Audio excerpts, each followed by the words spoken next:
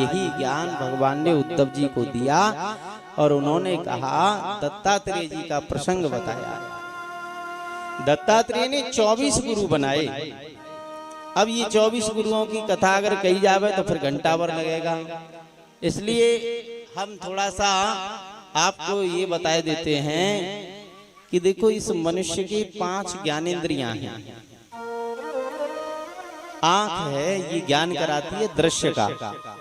कान है, ये शब्द का ज्ञान कराता है। जीभ जो है स्वाद का ज्ञान कराती है। त्वचा जो है ठंडे गर्म का, स्पर्श का। और नासिका जो है वो गंध का ज्ञान कराती है। ये मनुष्य के 5 ज्ञानेंद्रियां हैं। दत्तात्रेय जी ने एक एक ज्ञानेंद्रिय के लिए एक एक गुरु बनाया।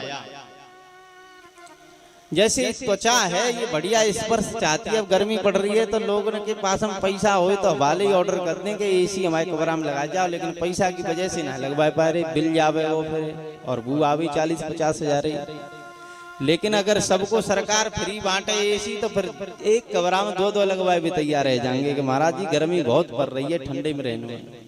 तो ये स्पर्श चाहती है बढ़िया, तो इस पर से ही हाथी चाहता है। हाथी को गुरु बनाया उन्होंने, तो बोले कि हाथी हथनी का बड़ा प्रेमी होता है। तो हाथी पकड़ने वाले एक गड्ढा खोद देते हैं, उस गड्ढे पे थोड़ा सा वो घास वास डाल देते हैं, उसके ऊपर एक कागज की हथनी खड़ी कर देते हैं। हाथी समझता है उसको सच्ची हथनी, दौड़ करके आता है, गड्ढे में गिर जाता है। इस पर के सुख लेना चाहता था, बंध गया सांकरों में।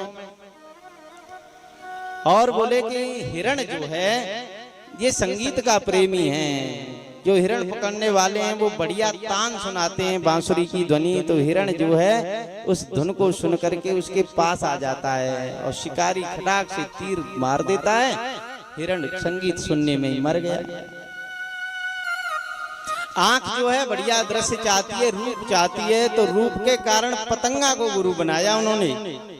तो आपने देखे होंगे चौमासे में बल्ब के ऊपर और दीपक के ऊपर कितनी पतंगा, सवेरे देखो तो तसला भर जावेगो हैं। उनको मालूम है कि हम यहाँ पहुंचेंगे तो मरेंगे। ऐसे ही वो रूप का प्रेमी जो मनुष्य है वो रूप में आसक्त होकर के मारा जाता है, इसलिए पतंगा को गुरु बनाया। और बोले जीभ बड़ा रस चाहती है, तो मछली भी रस चाहती है। मछली पकड़ने वाले जो हैं वो उस कांटे में आटा लगा देते हैं और उसको पानी में डाल देते हैं। मछली आती है आटे का रस लेने के लिए, लेकिन कांटा लग जाता है और बस खींच लेता है, वो मरना पड़ता है उसको। नासिका के चक्कर में बोले हमें गंध चाहिए, बढ़िया बढ़िया इत्र चाहिए, बढ़िया बढ़िया फूलों की सुगंध चाहिए। बोले नासिका का लोभी से गंध का लोभी भौरा।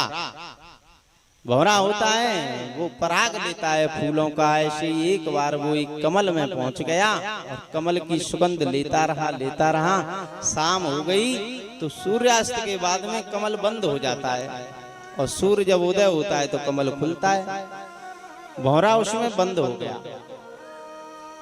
अब जे भौरा चाहे तो बांस में भी छेद कर देता है, लकड़ी में भी छेद कर देता है, लेकिन रात भर सोचता है कि मैं सुबह निकलेगा तो फिर मैं निकलूंगा, बढ़िया बढ़िया फूलों की महक सुगंध लूंगा। और इसी आसक्ति के कारण वो कोमल पंखुड़ी को काटता नहीं है।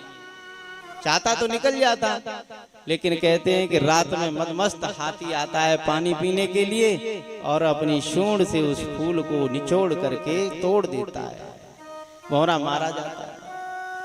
तो बोले एक एक विषय से राजन, ये हिरण मारा गया, हाथी मारा गया, भौरा मारा गया, पतंगा मारा गया, मछली मारी गई, एक एक विषय से। और इस आदमी के तो 5 विषय, 5 ज्ञान है। इसको बढ़िया रूप भी चाहिए, बढ़िया संगीत भी चाहिए, बढ़िया गंध भी चाहिए, तो ये कैसे बचेगा?